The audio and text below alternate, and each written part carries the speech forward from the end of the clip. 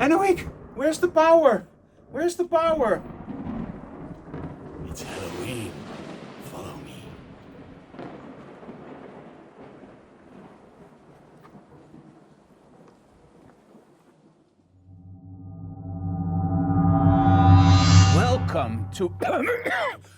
Welcome to this. Anouk, just quit the smoke, please. This is way too much. Let's do it without the smoke, right? The smoke gives you a lot of emotion, but this is not the emotion we want. So.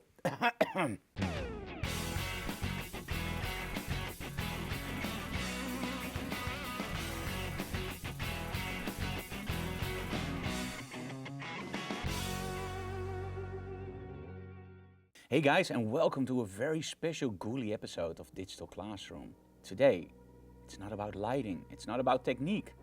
I'm gonna tell you a horror story. We all know perfect marriages, right? But are marriages really perfect? Today, we're gonna tell you the story about a marriage that wasn't that perfect. It actually went into total disaster. Today, it's about, well, our model Felisa and how she went totally nuts. The first is, of course, the marriage. And marriage should be something that brings people together, right?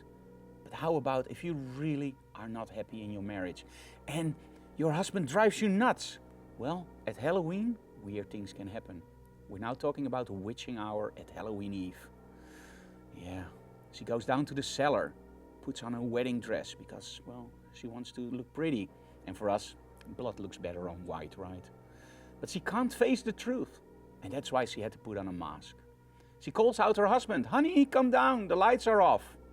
He comes down, and he looks around, and that's actually the last time he ever sees light, because before he knew it, he's on the floor, and she just goes berserk on him.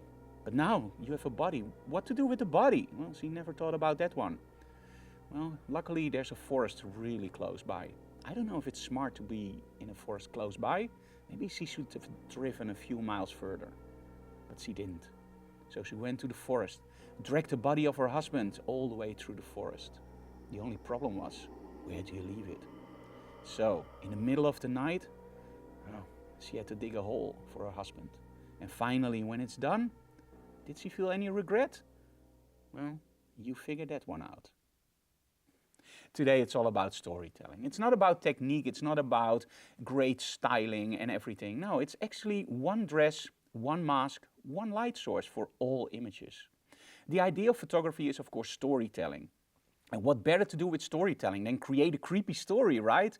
Lighting, atmosphere, everything together, it all creates that story. But also the choice of your lens, the wide angle, great for this kind of storytelling. Let's take a look at all the 4 shots and how we created them. The first shot is where the model actually puts on her mask. This is an easy shot. We're using the Quickie from Giotto with a grid. The nice thing about the Quickie is that it's a smaller softbox, but it also aims the light straight forward. And by using the grid, you can really narrow that beam of light straight on your subject. And that's exactly what we want here. The only problem was, well, the mask was a little bit too dark. And color evokes emotion, right? So what is better than use a blue gel, just feather it from the side to open up that mask just before she puts it on. Shooting against the light to create that moment where the light bulb went off. Or maybe not, maybe it's the moon. You just figured it out what you want. So for the first setup, let's take a look at the behind the scenes video.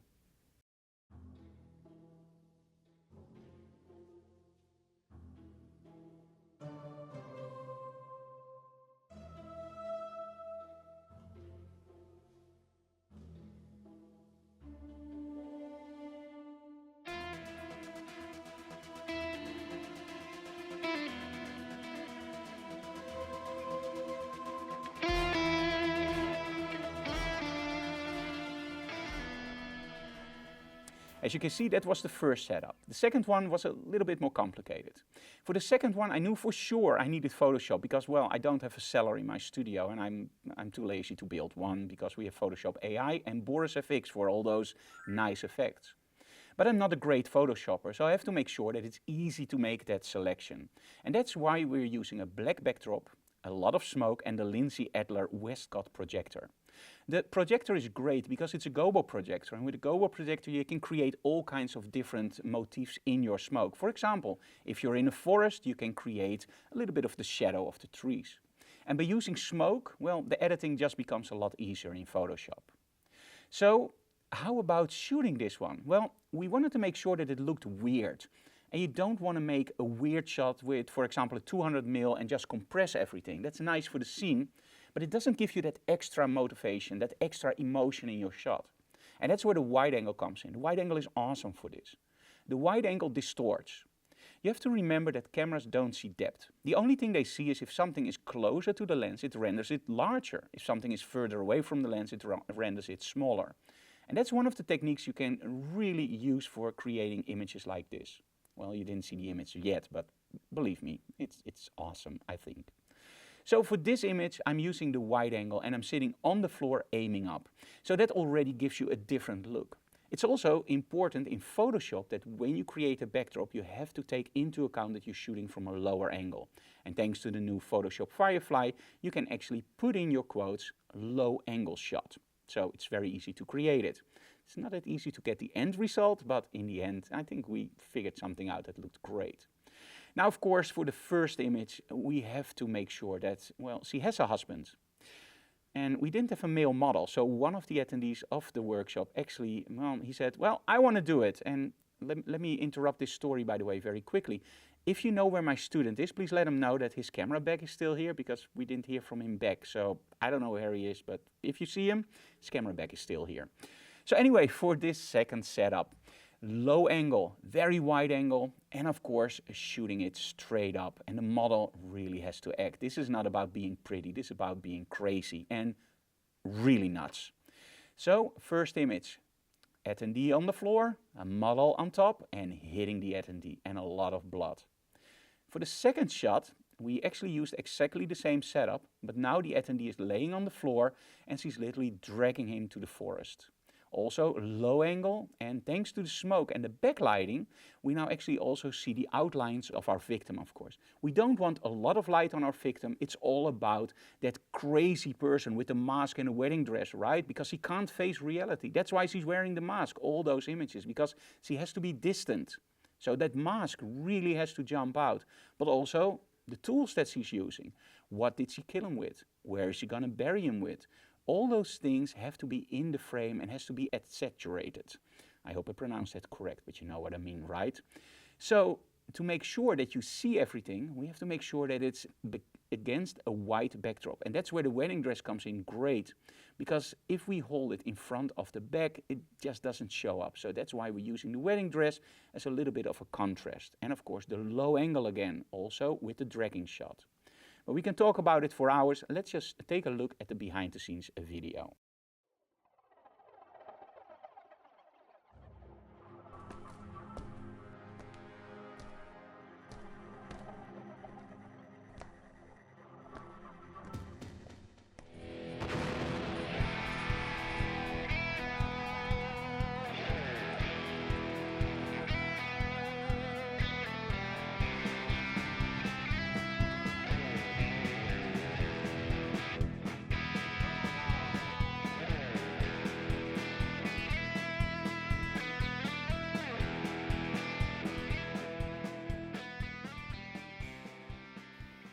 The third setup, this was the one that I had the most fun with. This is the one where our attendee, or in this case our victim, is buried.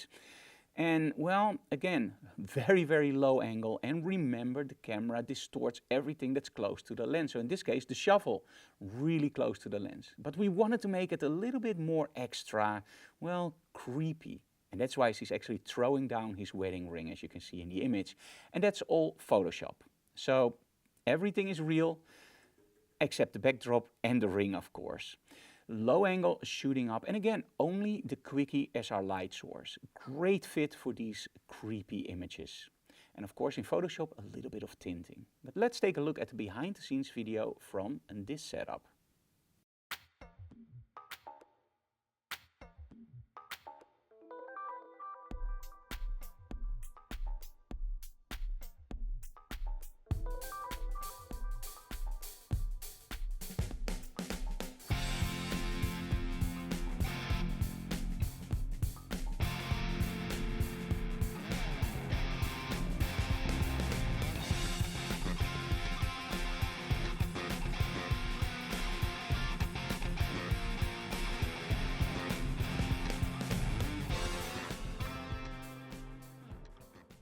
And for the final setup, of course, well, our victim is now buried. Does he feel regret? Well, at least he leaves a flower, because I thought that was a really great ending of our story. So let's take a look at our final setup.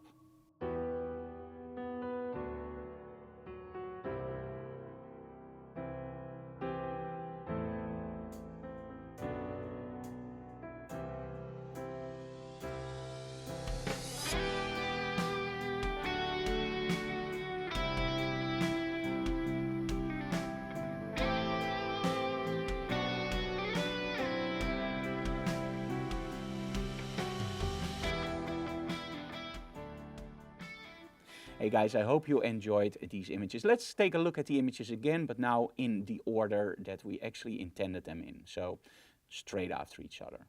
As you can see with the first image, as he's putting on the mask. And I just love the lighting on this one. Also the backlighting and the little bit of blue in the mask. It's very subtle, but it's there. For the second image, as you can see here, a low angle, a lot of blood on the dress. That was awesome to do in Photoshop. Blood spatters and, well, I had a lot of fun with that shot. And of course we wanted to make sure that our subject was unrecognizable. So in Photoshop we also created a plastic bag around his head. So don't worry, we didn't hurt any attendees during this photo shoot, I hope. The second one in the forest. This took a little bit more work because I wanted to create a creepy forest. So low angle with all the trees distorting and of course our model there. The Quickie again did a great job at pinpointing the light, but Photoshop did a great job by creating our backdrop. I love the new AI functions in Photoshop. It just opens up so many creativity and so much more options. But it wasn't only Photoshop. I also used Boris FX for some spherical effects and of course our film look, because let's be honest, the film look is very important in images like this. Color evokes emotion, so we want to make sure that the emotion gets the message over to you guys, and that's where film looks are awesome. Tinting it just a little bit blue creates that more distant look. And for the final shot, the black rose. Felisa is sitting on the floor and you still see the shovel and of course the black rose. Now make sure the black rose was very, very dark. So we had to make sure that we get enough light on that rose. And that's why we're using our rectangular reflector from Rogue, just opening up the shadows barely. Do remember that because we're using the Quickie from Giotto with the grid, the light beam is very narrow. So you have to make sure that you aim the light exactly on the reflector, because otherwise the reflector has nothing to reflect back. As you can see in this shot, it was barely enough to just open up the shadows on the rose. We didn't want to do that in Photoshop because, well, if it's so dark, you get a lot of noise. And then by using a reflector, it's just the better solution. And you can always make it darker. Anyway, I hope you enjoyed this Halloween episode of Digital Classroom. If you have any questions, feel free to leave them in the comments below. Smash that like button. And most of all, hit the bell notification so you don't hear a bell at midnight, but just when we upload a new video. Thank you so very much for watching, guys. And I would say, be careful out there tonight because it's witching hour. Bye, guys.